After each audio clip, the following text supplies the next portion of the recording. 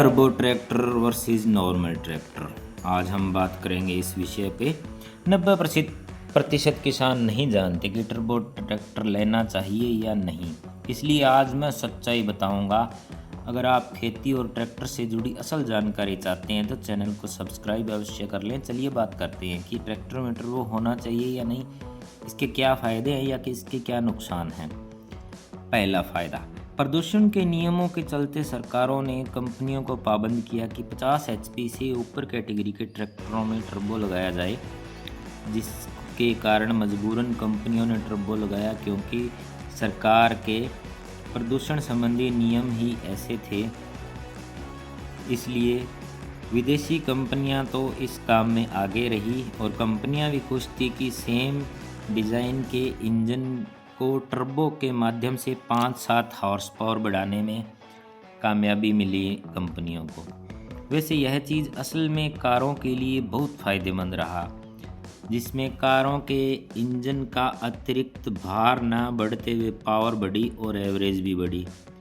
कारों के लिए तो टर्बो वरदान सिद्ध हुआ और इसी के साथ कारें उसमें भी फ़ायदे में रही, जिसमें उनको ना तो बोनट के साइज़ बढ़ाने पड़े, ना उनको कोई अतिरिक्त जगह तलाश करनी पड़ी कार की बॉडी के अंदर, और ना ही उनको इंजन माउंटिंग वगैरह चेंज करने पड़े। उन्हीं माउंटिंग से काम चल गया, क्योंकि टर्बो अगर इंटरकूलर भी है तो चलो पाइपें लग के रेडिएटर आगे चला जाता है, खास बार नहीं बढ़ता इससे।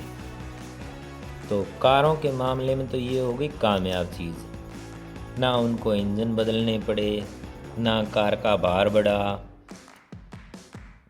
इसलिए कारें इस मामले में ज़्यादा फ़ायदे में रही।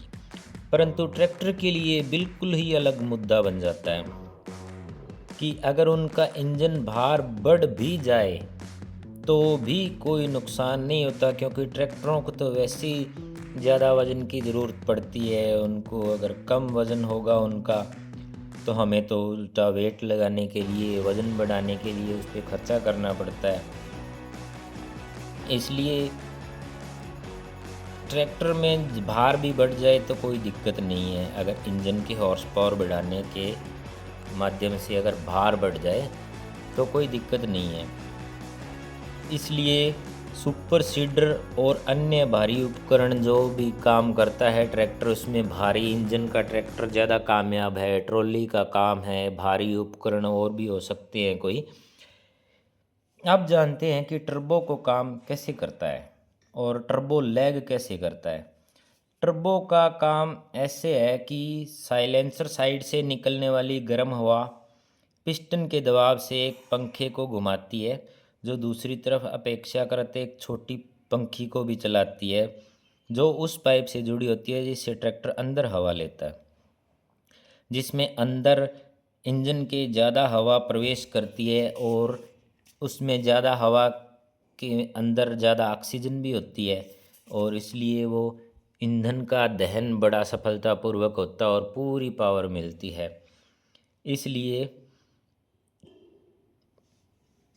यहाँ कार और ट्रैक्टर के इंजन में फ़र्क साफ पता चलता है कि जैसे इंजन में लोड बढ़े तो इंजन की आरपीएम कम होंगे, तो कार वाला तो क्या करेगा, क्लच दबा के छोटा गियर लगा लेगा और वापस उसके आरपीएम मेंटेन हो जाएंगे।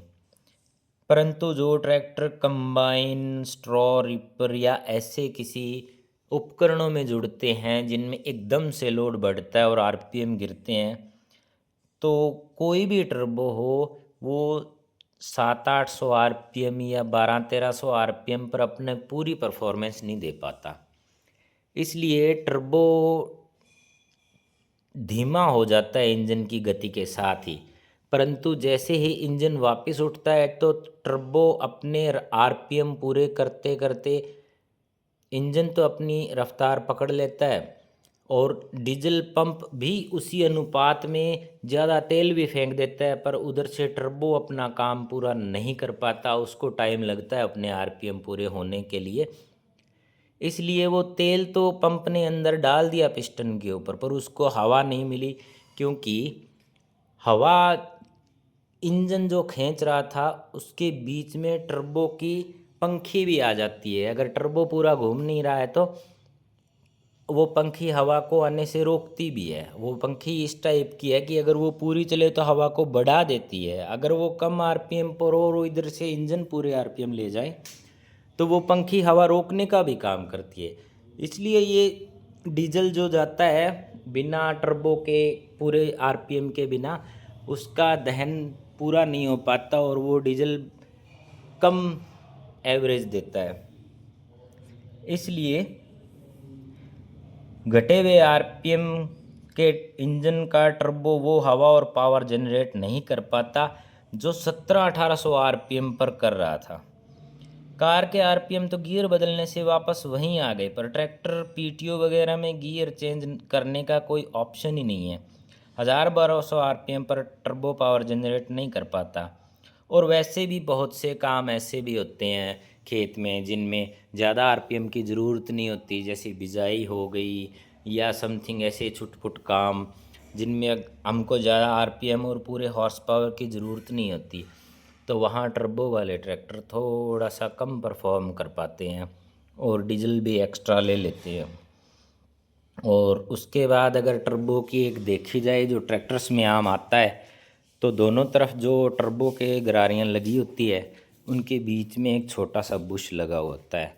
और किसान भाई भी अपनी अनभिज्ञता के चलते कोई तो ट्रैक्टर स्टार्ट करते ही एक्सेलरेट कर देता है, क्योंकि टर्बो का एक ही बुश होता है, वो क्रैंक वाली गैलरी से उसमें तेल आता है।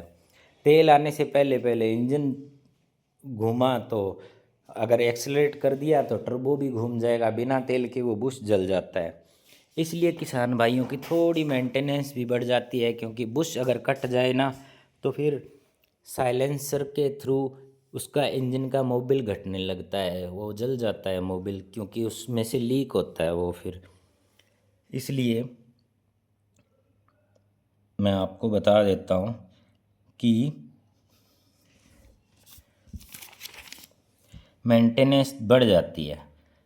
स्टार्ट करते ही लोग एक्सलेट कर देते हैं या एकदम इंजन बंद कर देते हैं, उधर से टर्बो के 70-80 हज़ार आरपीएम चढ़े हुए होते हैं, इंजन तो बंद हो जाता है, तेल की सप्लाई भी बंद होती है मोबिल की, तो उसमें भी ज़्यादा चांसेज हैं कि बुश बगैर तेल के चल जाएगा तो वो कट जाएगा। 15 से 40 हज़ार रुपये तक टर्बो की कीमत लगती है। सिंगल बुश की वजह से मोबिल खपत, रेडिएटर की पंखे की वजह से, बोनट के अंदर टर्बो की वजह से गर्म हवा से पैर भी जलते हैं, क्योंकि टर्बो का जो पूरा सिस्टम लगा होता है वो लगभग ट्रैक्टर के बोनट में होता है। और उसकी जो आजकल आती है साइलेंसर की जो मेन ढोलकी बोल देते हैं उसको, तो वो भी आजकल हुड के अंदर ही होती है ट्रैक्टर के। तो रेडिएटर वाला पंखा जो है ना, हवा मारता है अपने रेडिएटर को ठंडा करने के लिए, वो टर्बो वगैरह से होते हुए वो हवा और ज़्यादा गर्म हो जाती है, तो उससे पैर भी जलते रहते हैं। इसलिए मतलब की बात ये है कि ट्रैक्टर में विशेष टर्बो कामयाब नहीं है, और वो ज़्यादा मिट्टी भी खींच लेता है, क्योंकि टर्बो वाला ट्रैक्टर ज़्यादा हवा खींचता है, तो जहाँ ट्रैक्टर काम करेगा वहाँ ऑब्वियस मिट्टी और कचरा ज़्यादा उड़ेगा, तो एयर क्लीनर की मेंटेनेंस भी बढ़ जाती है।